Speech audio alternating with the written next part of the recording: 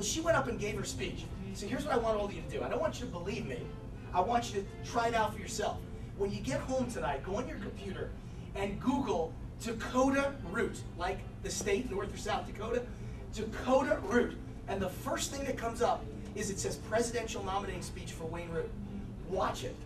Watch a young lady who is beautiful with poise and intelligence and articulate beyond any 16-year-old you've ever seen in your life. And at that moment, I think everyone in the audience who had gotten a phone call for me and said, yeah, he's hardworking. Yeah, he's a hustler. Yeah, he could be good for our party. But does he have heart? And is he a good person? And is he a good father? And is he a good husband? I think at that moment it all came together when they heard Dakota. And when Dakota's speech was over, we embraced on the stage and I cried. And I think the whole audience understood this is not just some fast talker from Las Vegas, Nevada. And that changed everything. And soon thereafter it was a dogfight. 3 people were basically tied for the nomination. No one could believe it. Bob Barr had brought in busloads of people who could vote for him, and no one thought anyone else had a chance. And it was basically tied for 6 rounds. It was the longest since 1932 in presidential politics in America, the longest any presidential nominating convention had ever gone to determine the winner. And on the very last ballot, I threw my support to Bob Barr, and he asked the crowd to vote for me for vice president, and the crowd voted for me to be your Libertarian vice presidential nominee. So it was a really wonderful experience, and it was an incredible part of my life, and I'm sure I'm the only Las Vegas odds maker to ever become a vice presidential nominee in the history of this great country. And I now have a 4-year head start to become your presidential nominee. And let me tell you how hard I've been working. Since the election, I've been to 20 Libertarian state conventions. 20. I have flown all over the United States. I've been asked to speak in front of Libertarians, and I've helped to raise money at every one of those conventions. In most cases, we set records. When I got up there as the fundraiser to help raise money. That's what I do. And there are a lot of Libertarians around the country who've asked me to become their national chairman of the Libertarian Party. And so in St. Louis next year, I haven't announced yet, I haven't decided for sure, but there's a very good chance I'm going to run for national chairman of the Libertarian Party.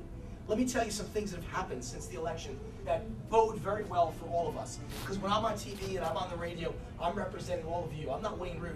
I'm Wayne Root under my name as always, Libertarian, and Libertarian Vice Presidential Nominee, and future Libertarian Presidential Hopeful 2012. And so, when past Libertarians had gotten a Vice Presidential nomination, it was an exciting moment. They raised their hands in victory on a convention stand. They were on C-SPAN. They were all excited to tell their mother on national TV. And then they went home and they prepared for election night, and they did nothing for the next 4 months. Nothing. The media doesn't call third-party vice presidential candidates. Well, see, I'm very different. I have a very big mouth, which is what this party needs. And I didn't wait for the media to call me. I called them, day and night, night and day. And so during this election, I changed everything for a Libertarian vice presidential nominee. I had 1,000 media appearances. 1,000 across the country, more than any other vice president combined in the history of the party since 1971. As a matter of fact, I'd venture to say more than any presidential candidate combined for the party since '71, with the exception of my running mate Bob Barr, who did get some decent media for the party. I also got more press than any third-party vice presidential candidate, period. And so I think all of that bodes well for the future. At least I felt that way during the campaign. It's come true. During the campaign, I was on Fox News 3 times in the last 3 weeks before the election. No third-party VP had ever been asked on a major news channel for the Libertarian Party before. Never. So 3 times before the election, in 3 weeks, I'm on Fox News. That's good. Since then, I've been on Fox News 38 times, ladies and gentlemen. I've been on Neil Cavuto. I've been on Glenn Beck. I'm going on Sean Hannity on July 20th. If you've ever watched Hannity's show, he's got the Great American Panel. I've been invited to be on that celebrity panel. My new book comes out July 20th, and Sean Hannity asked if he could be the first show I would appear on to promote my book.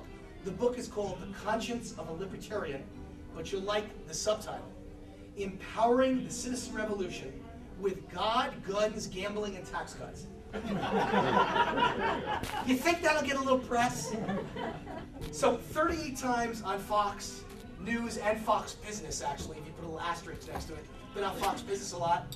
I've debated politics twice now on the national Fox morning show called Fox and Friends. Matter of fact, just 2 weeks ago, I was on Fox and Friends in New York, and the topic was Judge Sotomayor. And I was the only one in the country, and I gotta say this, I'm a New Yorker, and I just say what's on my mind, who has the balls to say on national TV, her statement is racist. 100% racist. I said on national TV, can you imagine if I said on national TV that because I'm a white male, I absolutely make superior decisions to anyone who's a woman or a black?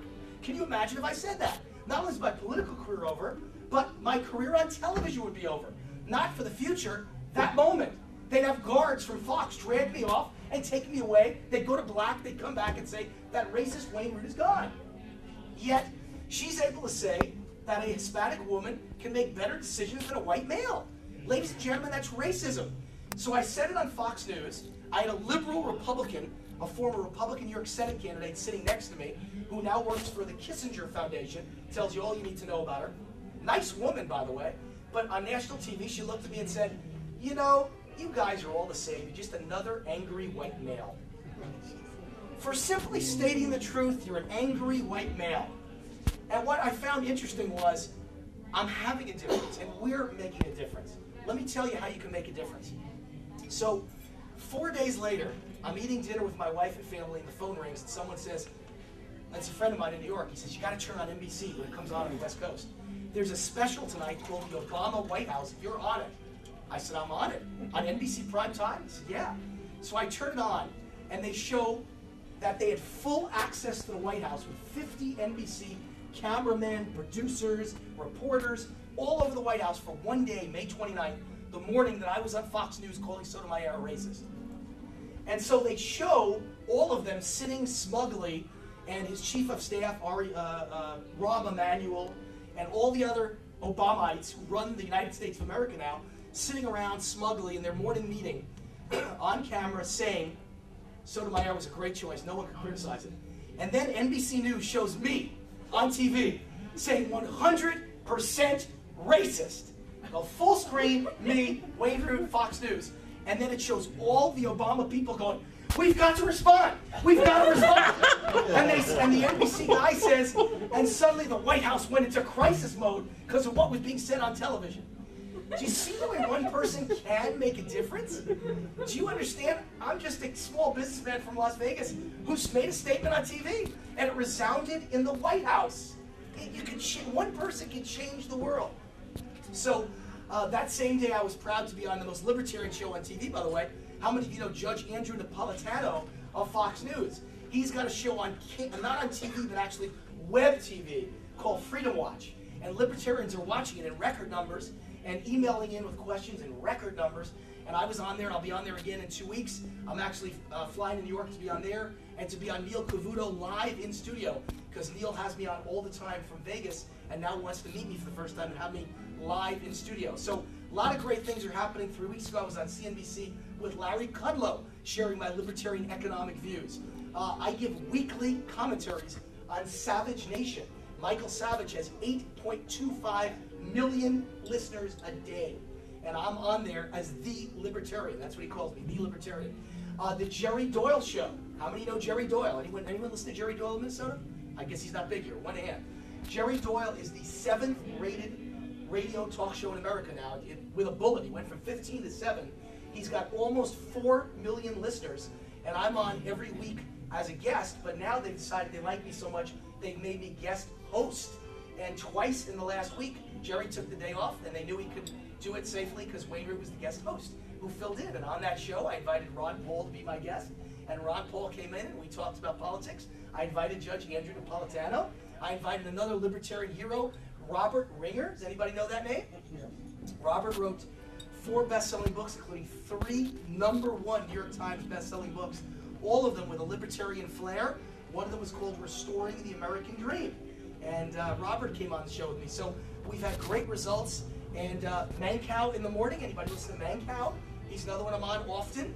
And my book comes out, and I'll be actually doing a book signing at Freedom Fest, another libertarian event in Las Vegas. Happens once a year. The world's greatest gathering of free minds, they call it.